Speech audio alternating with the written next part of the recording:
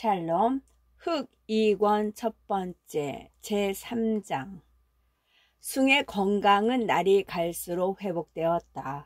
정선은 서울을 떠나기 전 사흘 동안 비로소 남편과 한자리에서 잤다. 그들은 마치 신혼한 내외 모양으로 새로운 정을 느꼈다.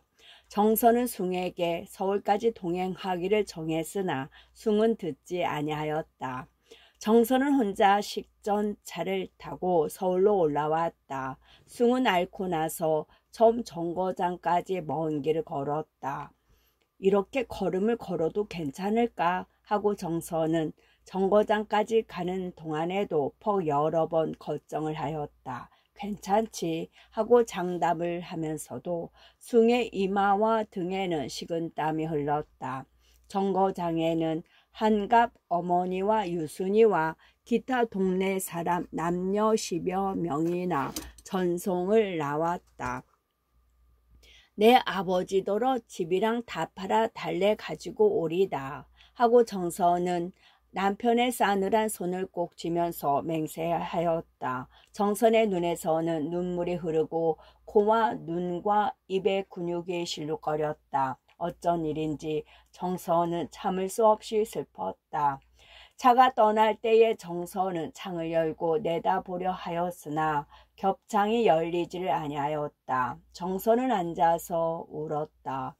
정선은 지나간 50일이 10년이나 되는 것 같았다. 그동안에 숭이가 죽을 뻔한 일도 두어 번 당하고 감정과 의견의 충돌도 무수하였다. 그러나 그러는 동안에 정선은 숭을 좀 더 알았다. 숭은 뜻이 굳고 마음에 그리는 생활이 자기의 것과는 달라서 적어도 전 조선을 목표로 삼고 정은 있으면서도 정에 움직이지 않으려고 애를 쓰고 이런 모든 점을 발견하였다. 그 결과로는 숭이가 결코 못생긴 시골뜨기만이 아니요 존경할 여러 가지, 정선으로는 믿지 못할 여러 가지가 있는 것도 발견했지만은 또한 숭은 정선이가 마음으로 원하는 남편의 자격이 아닌 것도 발견하였다. 정선이가 마음으로 원하는 남편은 이 세상 많은 사람, 상류 계급의 많은 사람과 같이 이기적이요 아내만 알아주는 사람. 정선은 자신은 이렇게 이름을 짓지 아니한다 하더라도 그 생각을 사정없이 해부한다면 아내만 알아주는 사람이었다. 숭은 유인이 될는지 모르거니와 좋은 남편은 될 것 같지 아니하였다. 정선은 어떤 날 달래가에서 하던 이야기를 생각했다. 그래, 당신이 혼자서 그러면 조선이 건져질 것 같소? 이렇게 정선이가 물을 때에 글쎄, 나 혼자 힘으로 온 조선을 어떻게 건지겠소? 나는 사여울 동네 하나나 건져볼까 하고 그러지. 사여울 동네인들 꼭 건져질 줄 어떻게 믿소? 그저 내 힘껏 해보는 게지. 그 밖에는 다른 도리가 없지 아니하오. 이렇게 숭은 대답하였다. 그러니까 말이오. 그렇게 될뚱말뚱한 일을 하느라고 어떻게 일생을 바치오. 그것은 어리석은 일이 아니오. 하고 정선이가 항의를 할 때 숭은 정선이 말과 같이 어리석은 일이겠지. 그러니까 약은 사람들은 이런 일은 아니하지요. 하고 숭은 웃었다. 아무리 생각해도 숭이가 하려는 일은 공상이었다. 어리석은 공상이었다. 왜 당신 배운 제주론들? 하고 정선은 다시 숭의 어리석은 생각을 돌리려고 애를 써보았다. 변호사론들 조선 사람을 위해서 얼마든 좋은 일을 할 수가 있지 아니하오. 이런 시골 구석에서 고생 아니하고도 돈 벌어가면서 인류 명사 노릇해가면서도 좋은 일 얼마든지 할 수 있지 않소. 할 때에도 숭은 변호사 노릇은 아무리 잘하기로 굶어 죽는 농민을 도와줄 수 없지 않소.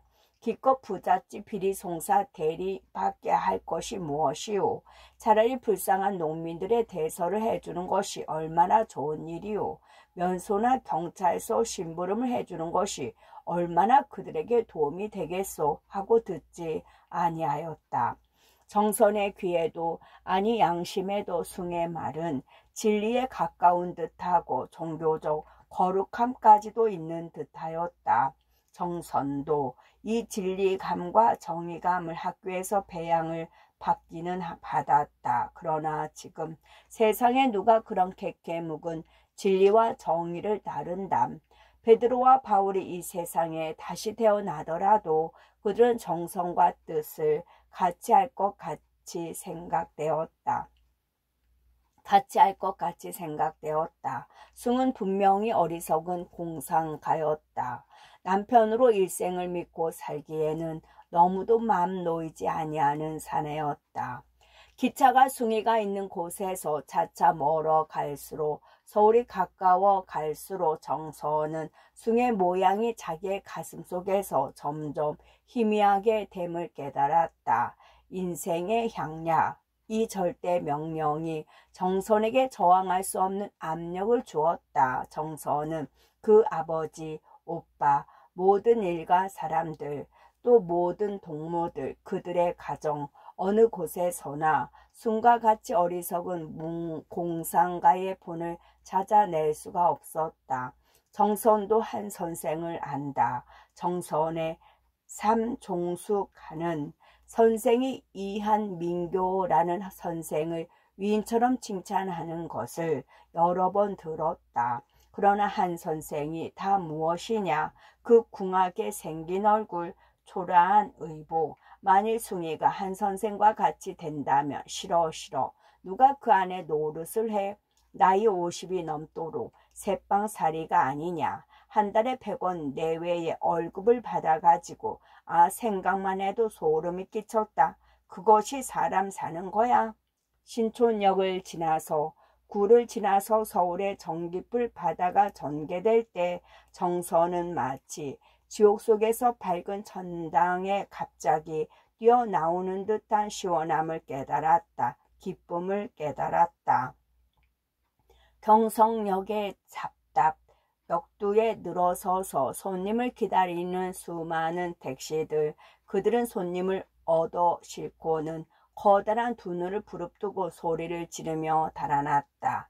이것이 인생이었다. 살려울 달래, 초가집, 농부들. 그들은 정선에게는 마치 딴 나라 사람들이었다. 도무지 공통된 점을 못 찾을 듯한 딴 나라 사람들이었다. 무의미를 지나쳐서 불쾌한 존재였다. 아씨 하고 집에서는 어멈 유모, 친모 유월이가 나와 반갑게 맞았다. 어쩌면 이렇게 오래 계셔요. 그래 영감마님은 아주 나으셨어요. 그런데 어째 같이 아니오시고 하고 정선에게 물었다. 정선은 반가운 내 집을 돌아보았다. 이것들이 집을 어떻게나 거두는고 하고 남편의 병구안을 하면서도 그것이 마음에 잊히지는 아니하였다. 비록 믿고 믿는 유모가 있지만은 방에 있는 모든 세간들, 장, 의거리, 양복장, 재경, 이불장, 이불, 책상, 전화 모든 것이 다 반가웠다. 남편보다도 더 반갑고 소중한 듯 하였다. 정선은 마치 무엇이 없어지지나 아니했나 하는 듯이 옷을 갈아입기도 전에 한번 장문들을 열어보았다. 그 속에는 자기의 옷도 있고 남편의 옷도 있었다. 마침내 그는 피곤한 듯이 남편의 방인 인사랑의 책상 앞 교위에 앉았다. 남편의 방인 안사랑의 책상 앞 교위에 앉았다. 그 방에는 담뱃내가 있고 책상 위에는 벌령 끝이 재털에 수없이 있었다. 이 방에 누가 왔던가 하고 정선은 의심스러운 듯이 따라온 하인들을 향하여 물었다. 저 제꼴 김서방님이 가끔 오신답니다. 하고 유월이가 대답했다. 제꼴 김서방님이? 하고 정선은 눈을 크게 뜨며 김서방님이 왜? 하고 정선은 놀란다. 지나가다가 들어오시는 게죠. 아직 안 들어오셨니? 하시고 사랑문 열어라 하시고는 들어오셔서 놀다가 가시죠. 하고 명복 어멈이 설명을 한다. 이 어멈은 얼굴도 깨끗하고 말 재주도 있는 어멈이다. 어떤 때에는 친구들 쭉 끌고 오신답니다. 하고 유월이가 오셔서는 정요리를 시켜라. 술상을 보아라. 귀찮아서 죽겠어요. 하고 입을 삐죽한다. 조고시 하고 명복 어멈은 유월을 흘겨보며 한번 그러셨지 무얼 가끔 그리셨어 하고 꾸짖는다. 무엇이 한 번요. 접대는 자정이 넘도록 지랄들을 아니했수 하고 유월이는 명복 어멈을 책망하는 눈짓을 한다. 정서는 자기도 없고 더구나 남편도 없는 빈집에 갑진이가 사람들을 끌고 와서 밤이 깊도록 놀았다는 것이, 그것도 한두 번만이 아니었다는 것이 심히 불쾌하였다. 큰 모욕을 당한 것 같았다. 그날 밤 정서는 남편과 같이 자던 자리에 혼자 누워 보았다. 그리고 시골에 있는 남편을 그립게 생각해 보려고 애를 썼다. 그러나 웬일인지 애를 쓰면 쓸수록 남편이 점점 멀어가는 것만 같았다. 그리고 도리어 갑진의 소탈한 모습이 눈에 어른거리고 그뿐만 아니라 갑진에게 대하여 억제할 수 없는 어떤 유혹을 깨달았다. 정서는 갑진과 숭을 비교할 때에 숭의 인격의 가치가 갑진의 그것보다 높은 것을 의심 없이 인식한다. 그렇지만은 숭이 정선에게 아무 일반적으로 젊은 사랑의 줄인 취할 듯한 애욕의 줄인 여성에게 만족을 주는 남편이 아닌 것 같이도 인식되었다. 정서는 숭의 인격을 노상 사모하지 아니함은 아니나 그것만으로 만족할 수 없는 가슴의 비임을 깨닫는다. 그 비임은 정선이가 아는 한에서는 갑진일 것 같았다. 갑진은 무척 재미있는 남편, 적어도 성적으로는 같았다. 이것은 정선이 그 아버지의 호색하는 피를 받음일지는 모르나 어느 정도 여자든 다 그러하리라고 정선은 스스로 변호하였다. 하루 종일 차 속의 피곤과 자리 속의 번민과 공상과 오내로 정서는 퍽 늦게야 잠이 들었다가 늦게야 잠이 깨었다. 이튿날 정선이 진정회를 다녀서 저녁을 먹고 밤 9시나 되어서 집에 돌아온 때에 유월은 대문에 마주 나와서 마님, 저 제꼴 서방님이 또 오셨어요. 안방에 떡 들어가 들어 누웠겠지요 하였다. 정선이가 들어오는 것을 보고 갑진은 마루 끝에 나서며 동네방네 다 들어라 하는 듯이 아 돌아오셨어요. 나는 어떻게 기다렸는지요. 또 정선씨도 숭이 놈과 같이 미쳐서 시골 무지렁이가 되어 버리셨나 했지요. 그렇다면 그것은 서울을 위하여 슬퍼할 것이요 전 인류를 위하여 슬퍼할 것이란 말이야요. 더구나 이 갑진을 위해서는 통곡할 일이란 말씀이야요. 아주 갑진은 무대 배우의 말 모양으로 농담 같기도 하고 진담 같기도 한 아마도 농담 속에 진담을 섞은 말이었다. 정서는 불쾌한 듯이 새침하고 고개를 숙여서 인사를 하고는 갑진을 뒤에 두고 방으로 들어가 버렸다. 갑진은 좀 무안한 듯이 이번에는 점잖게 숭이는 아니 온대요 하고 정당하게 물었다. 안 온대요 하고 정서는 시들하게 대답을 하였다. 아 그놈이 시골에 웬 때 묻은 계집애 하나를 고의를 한다니 정말이하요. 어디 유력한 증거를 잡으셨어요? 하고 갑진은 다시 기운을 얻었다. 모르지요. 누가 알아요? 하고 정서는 여전히 뾰루통했다. 그런 쑥이 글쎄 뭘 하러 시골 구석에 가 자빠졌어. 그놈의 그 무얼하든가 하는 계집애의 떼냄새에 취하지 아니하면 무얼하고 거기 가 있어요. 미친 자식, 그 자식 암만 해도 쑥이라니까 하고는 정선이가 멍하니 앉아있는 안방에 들어가서 모자와 스프링을 집어들고 갑니다. 실례했습니다. 하고 나와 구두를 신는다. 갑진이가 무안하게 나가는 것을 보고 정서는 미안함을 깨달았다. 그래서 따라서 마루 끝까지 나가며 왜 어느새 가세요? 하고 어성을 부드럽게 하였다. 갑진은 구두끈을 매다 말고 벌떡 일어서면서 마치 얼빠진 사람과 같은 표정으로 미워하시니까 가지요 하고 물끄러미 정선을 바라본다. 미워는요 하고 정선은 웃어 보였다. 그럼 가지 말고 도로 올라가요 하고 갑진은 외투를 마루에 놓는다. 정선은 소리를 내어 웃어버렸다. 어멍과 유월이도 웃어버렸다. 갑진은 마루 끝에 걸터 앉았다. 정선은 올라오란 말은 하지 않는다. 글쎄 그 쑥이 왜 아니 온대요 하고 갑진은 마치 숭에게 흥미가 있는 것 같이 말한다. 글쎄 농촌운동 한다고 날 덜어도 내려오라고 그러는걸요 하고 정선도 문지방에 팔을 걸고 앉는다. 갑진은 신이 나서 농촌운동이라는 게 무엇야요? 무지렁이 놈들 데리고 어뚤어뚤 한단 말이야요. 원원 요새 직업 못 얻은 놈들이 걸핏하면 농촌운동 하지만은 그래 그깟 놈들이 운동 아니라 곤두를 서보시오. 척척 경제학의 원리 원칙대로 되어가는 세상에 그깟 놈들이 지랄을 하기로 눈이 깜짝하나 다 쓸데없어요. 숭이놈도 변호사나 해먹지 국으로 괜히 곱살스럽게 옷 깐부기 좀 대볼 양으로 깐디 노릇도 수월지 않던걸요. 요새도 또 밥을 굶는다나 밥을 굶으면 잡아 가두었다가도 내놓아 놓는가 봅디다마는 그놈의 노릇을 해먹어 새끼 덤밥을 먹고도 눈에 불이 확확 나서 몹살놈의 세상에 감옥이 아니면 밥굶기 그리고 궁상스럽게 물레질은 왜? 아니 수이 녀석 물레질은 아니해요. 이렇게 붕붕붕 하고 오른편 팔을 두르고 왼편 팔을 뒤로 당겨 물레질하는 신용을 한다. 하하하하 하고 정선은 유쾌하게 웃었다.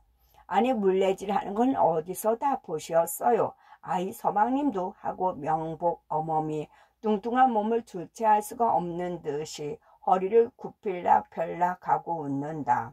정선은 엄정하게 그럼 농촌운동은 아니하면 오늘날 조선에서 또 무얼 할 일이 있어요? 하고 남편의 역성을 들려고 한다. 돈 벌지요? 하고 갑진은 말할 것도 없다는 듯이 눈을 크게 뜬다. 돈은 벌어서 하고 정선은 다시 농담 어조로 변한다. 우리처럼 술 먹고 카페 댕기고요. 또 할 일 많지요. 남자 같은 양이면 계집 애들 후려내고 맘 나면 아편쟁이 아편도 사주고 아따 참 이렇게 인단도 사먹고요. 이런 소리를 하다가 10시나 되어서 갑진은 정선의 집에서 나왔다. 갑진을 보낸 정선은 갑자기 텅 빈 듯한 생각을 가지지 아니할 수 없었다. 갑진이라는 생각은 정선을 못 견디게 괴롭게 하였다. 그는 마치 갑진이가 정선에게 무슨 마취약을 먹여서 갑진만을 그리워하도록 술을 피운 것 같았다. 집 처분, 재산 처분을 해가지고 살려올 남편에게로 가려는 생각은 자꾸 쓰러져 버리려고도 들었다. 정선은 이에 반항하려고 했으나 그 반항은 도무지 힘이 없는 반항이었다. 정선의 몸과 마음은 보이지 않는 동아줄에 얽히어 더욱더욱 갑진에게로만 끌려가는 듯하였다.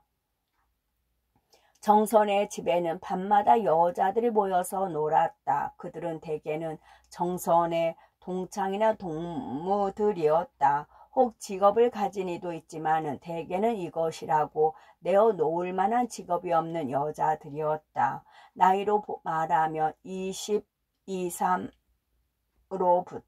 30세 안팎, 간혹 34, 5세 된 여자도 있었다. 정선이 모양으로 혼인한 이도 있으나 대개는 혼인 아니한 여자들이요. 그 중에는 소박되게 이혼당한 이도 한둘은 있었다. 먹을 걱정은 없고 별로 바쁜 일도 없는 그들은 정선의 집 같은 데를 좋은 놀이터, 이야기터로 알아서 모여들었다. 정선도 마음의 적막과 괴로움을 이것으로 잊으려 하였다. 그들이 모여서 하는 말은 잡담이었다. 가장 많이 나오는 화제는 가십과 연애 이야기였으나 가끔 직업 이야기도 나왔다. 이를테면 일본말의 이른바 에로그로 넌센스에 사는 종교는 조선의 인텔리겐치아 여성까지도 완전히 정복하고 말았다. 10년 전 여성들의 입에 오르내리던 애국인이 이 상인이 하는 도덕적 말들은 긴 치마 자주 댕기와 같이 영원한 과거의 쓰레기통에 집어 던지고 말았다. 가끔 이 자리에 오는 심술래까지도 이러한 예로 그로 넌센스의 한마디 두마디 대꾸를 하게 되었다. 그것이 현대인의 비유에 맞는지는 모른다. 또는 이것이 평균이라고 하면 현대인은 현대의 시골인 조선 여성도 거기에 대한 저항력을 잃어버렸나 보다. 이 여자들의 가십거리에 나오는 인물은 교사, 의사, 신문기자, 총각 여자 꽁무니 따라 다니는 사람, 첩으로 간 여자, 사내들과 같이 다니는 여자, 이러한 사람들이었다.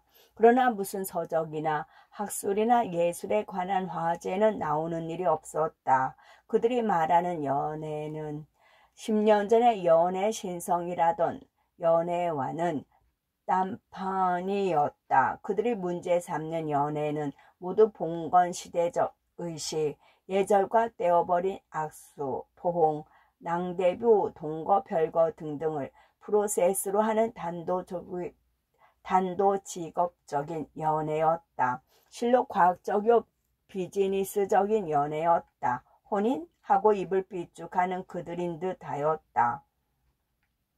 만일 혼인을 한다면 시부모는 재산만 남겨놓고 죽고 돈 있고 몸 건강하고 이야기 재미있게 하고 누구 하면 사람이 알아줄 만하고 그리고 종각이요. 이러한 신랑이 소원인 듯하였다.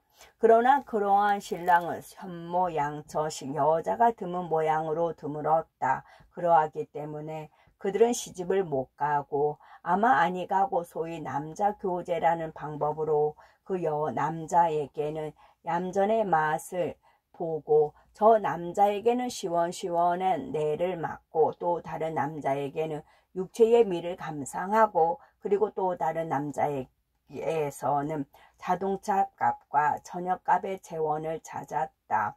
이렇게 여러 남자에게서 분업적으로 부분적으로 이성에 대한 만족을 찾았다. 남자들도 그러한 이가 많았다. 이렇게 여러 남성에게서 조각조각 부스럭부스럭의 만족을 얻는 오늘날 조선의 여성은 자연히 마음이 가라앉는 날이 없었다. 그들의 마음은 네온사인의 불줄기 모양으로 늘 흔들리고 늘 움직이고 있다.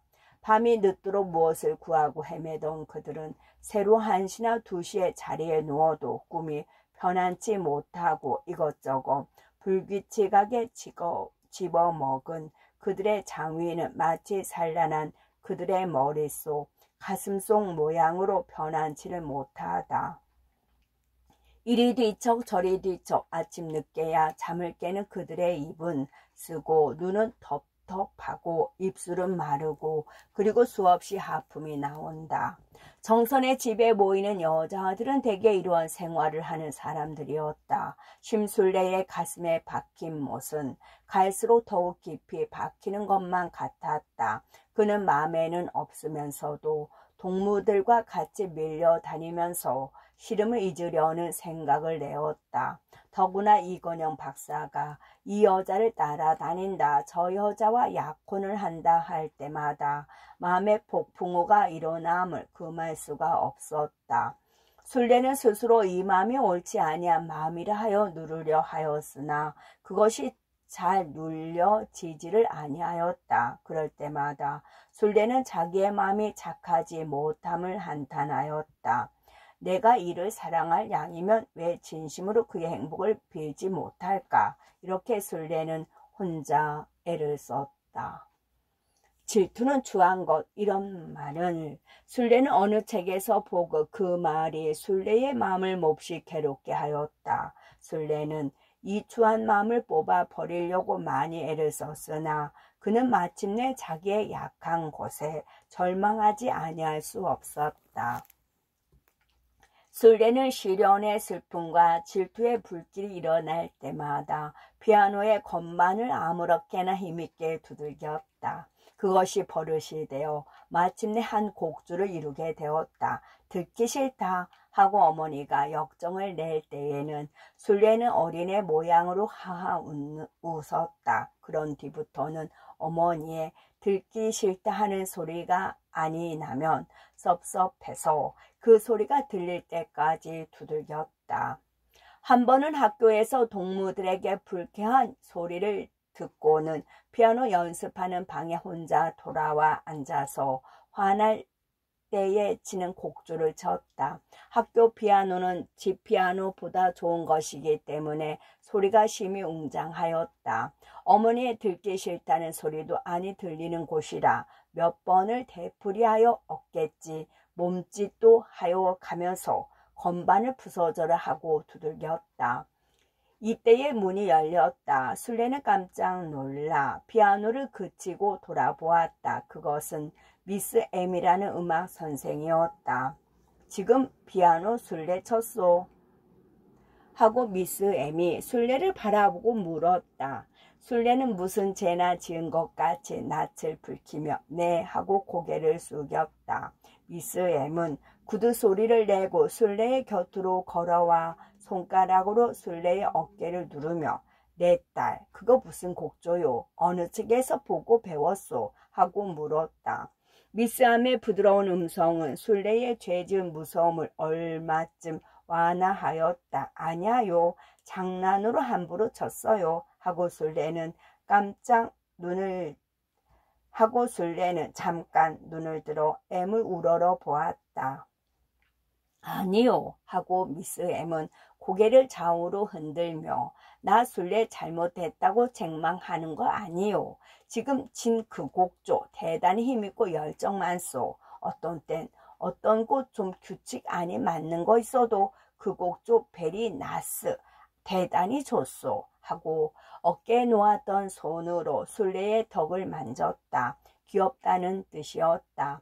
순례는 눈물이 쏟아짐을 금할 수 없었다.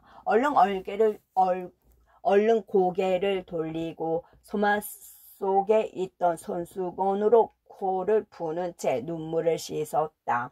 미스 M은 손을 순례의 어깨 위로 넘겨서 순례의 눈물에 젖은 뺨을 만지며 순례의 머리에 자기의 뺨을 대고 내 딸 순례, 내 말이 순례를 슬프게 했소. 나 그런 생각 조금도 없소. 하고 미안한 뜻을 표하였다.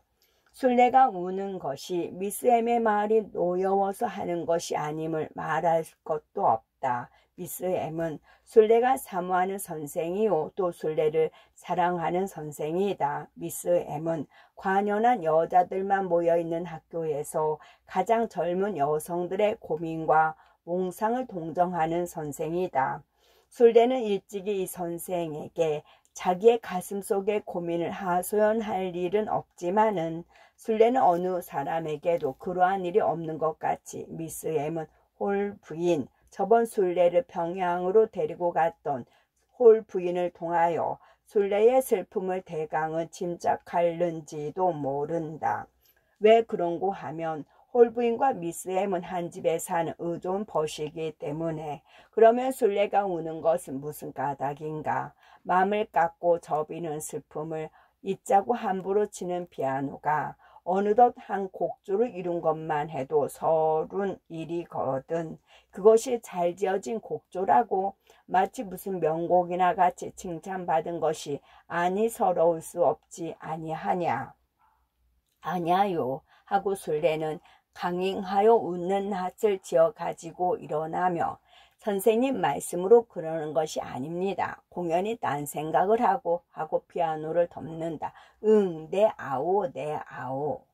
하고 미스 M은 가슴에 메어 달린 금 만년필을 들어 피아노 위에 얹힌 보표 종이에 천사의 슬픈 가랑, 아침의 폭풍우, 처녀의 서름 이러한 것을 적어서 순례에게 보이며 아까 그 곡조 순례 지은 곡조 이름 무엇이오? 하고 물었다. 이름 없어요. 아무렇게나 친 것이에요. 장난으로 하고 웃음을 지었다. 그러면 내 그 곡조 이름 짓겠소. 이 세 가지 중에 가장 순례 맘에 맞는 거 고르시오. 하였다. 술래는 그 종이를 받아 묵히 들여다보다가 글자만에 줄을 그었다. 미스 M은 솔로 하고 고개를 끄덕끄덕하며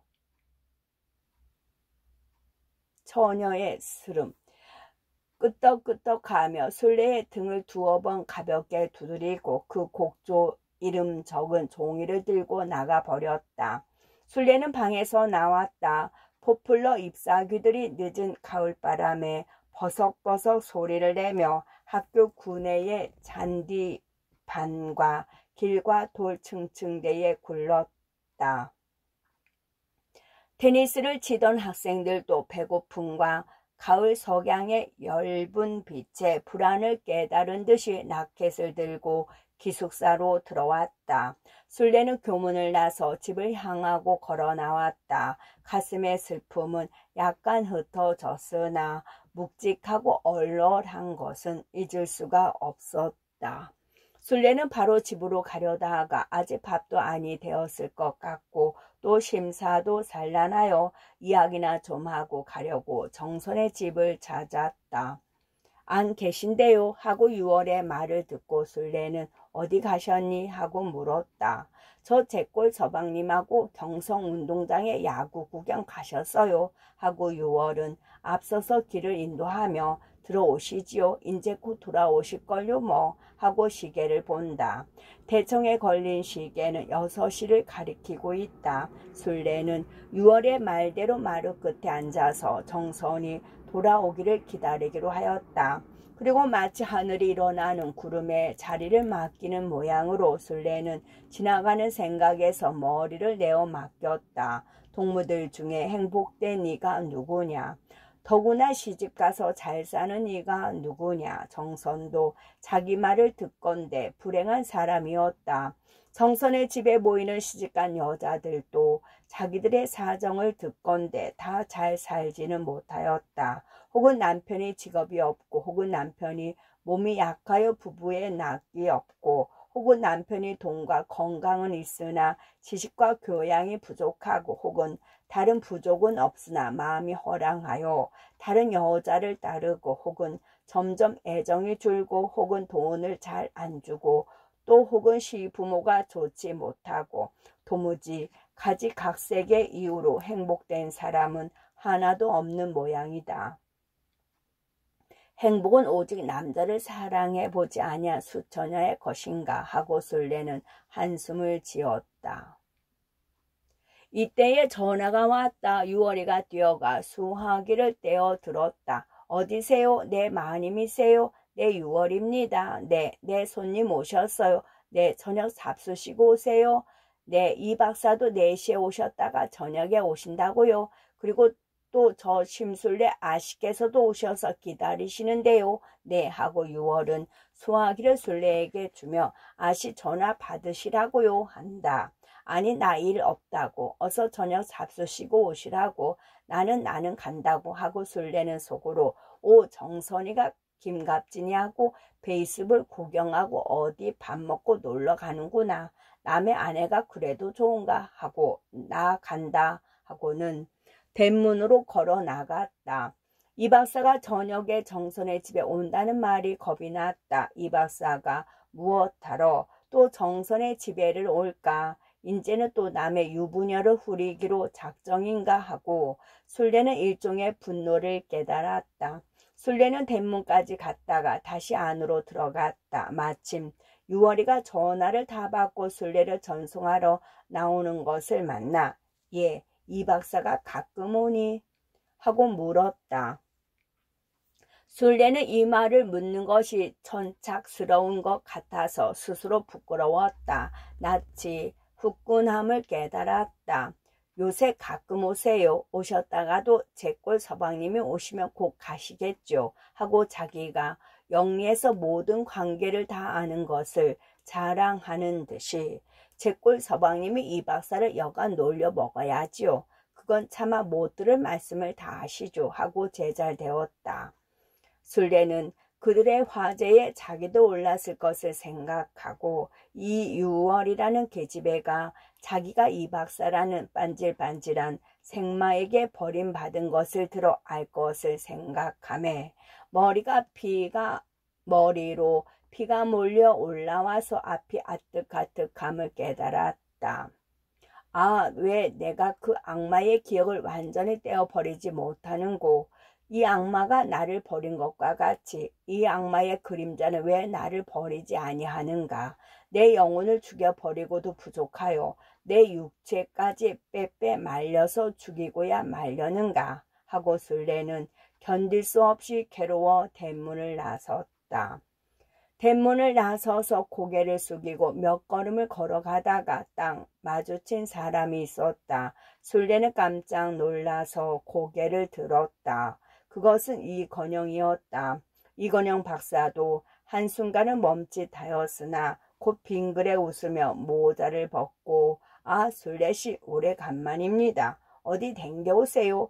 댁도 다 안녕하세요. 하고 아주 아무 특별한 과거에 관계없는 친구 모양으로 냉정하게 인사를 한다.